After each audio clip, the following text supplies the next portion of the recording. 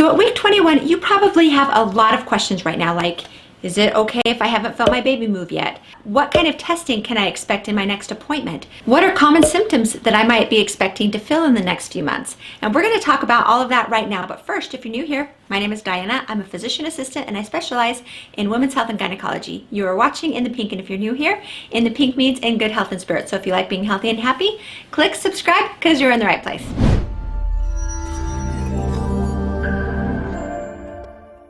So at week 21, you are 5 months and 1 week, and you are officially past the halfway mark.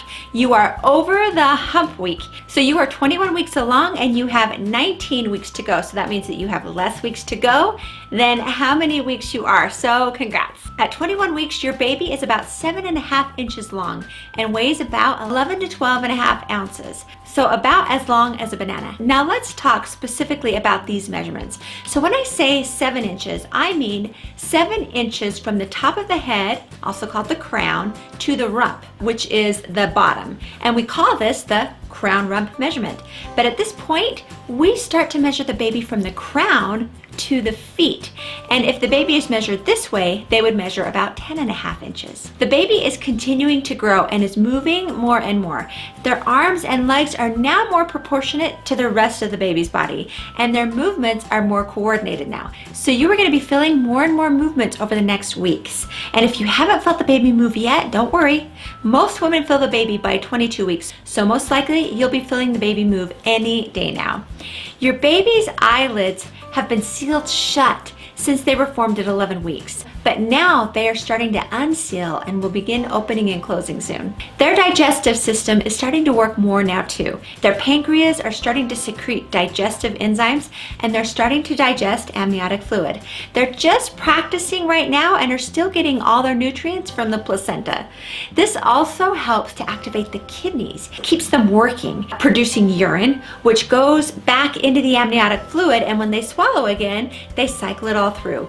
Up until this time, most of the baby's blood has been developing in the liver, but now the bone marrow is ready to start producing blood cells. And as adults, this is primarily where blood cells are made. So the bone marrow is starting to step into this role of the main place for making red blood cells. As for you, let's talk about sleep. So generally in your first trimester, you can sleep however you want.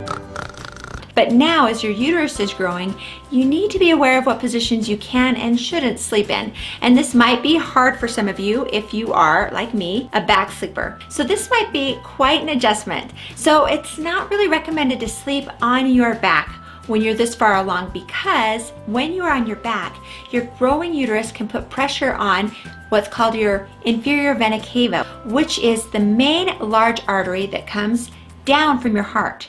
Pressure on your inferior vena cava might decrease the flow to your uterus, which could affect the nutrients to your placenta. Your uterus can also put pressure on your ascending aorta, which decreases the blood flow back to your heart.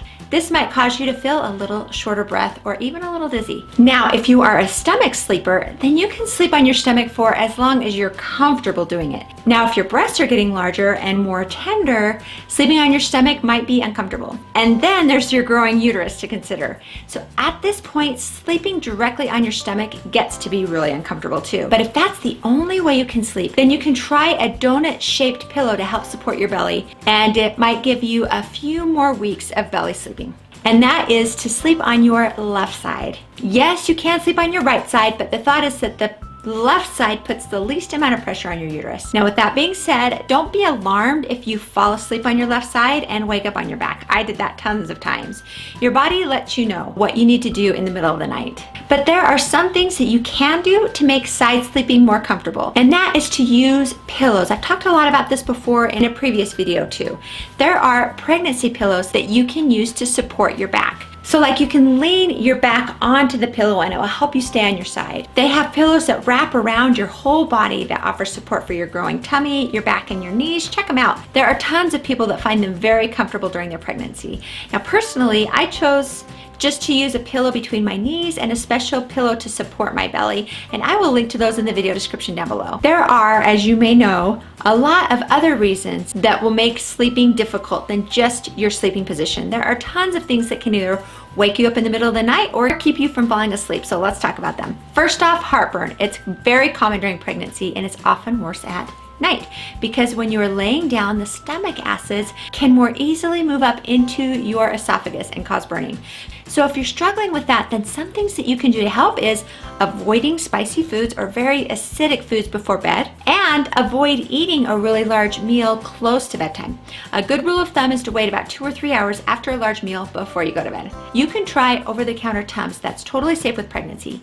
You can also try Pepcid or Prilosec, but I recommend that you talk to your OB before taking any over-the-counter medications, just to make sure they're cool with it. Sometimes your large uterus can put pressure on your bladder, making you have to get up and go pee once or twice or more in the middle of the night.